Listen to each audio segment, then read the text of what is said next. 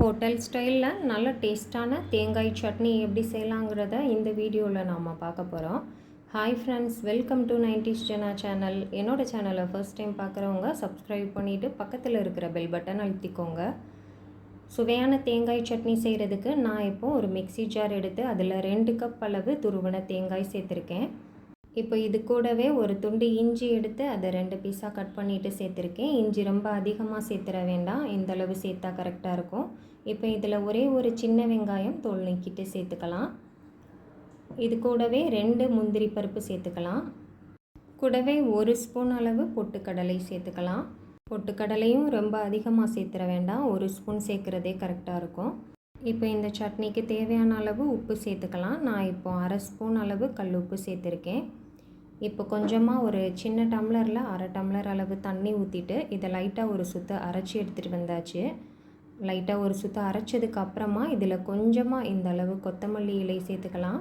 கூடவே காரத்துக்கு பச்சை மிளகாய் சேர்த்துக்கலாம். நான் இன்றைக்கி 2 பச்சை மிளகாய் சேர்த்துருக்கேன். நீங்கள் உங்களுக்கு காரம் எவ்வளவு தேவையோ அதுக்கேற்ற மாதிரி பச்சை மிளகாய் சேர்த்துக்கோங்க. இப்போ ஒரு 1/4 டம்ளர் அளவு தண்ணி சேர்த்து இந்த மாதிரி அரைச்சி எடுத்துகிட்டு வந்தாச்சு. சட்னி நல்லா இந்த மாதிரி கொஞ்சம் கெட்டியாக இருக்க மாதிரி அரைச்சிக்கணும். நாம் சேர்க்குற தேங்காய் அளவு பொறுத்து தண்ணி சேர்த்து அரைச்சிக்கணும். நான் சொன்ன எல்லா பொருட்களும் சேர்த்து நான் சொன்ன மெத்தட்லேயே சட்னி செஞ்சிங்கன்னா ஹோட்டலில் சாப்பிட்ற மாதிரி நல்ல டேஸ்ட்டான சட்னி வீட்டிலே செஞ்சிடலாம். இப்போ இதை வேறு பவுலுக்கு மாற்றிக்கலாம்.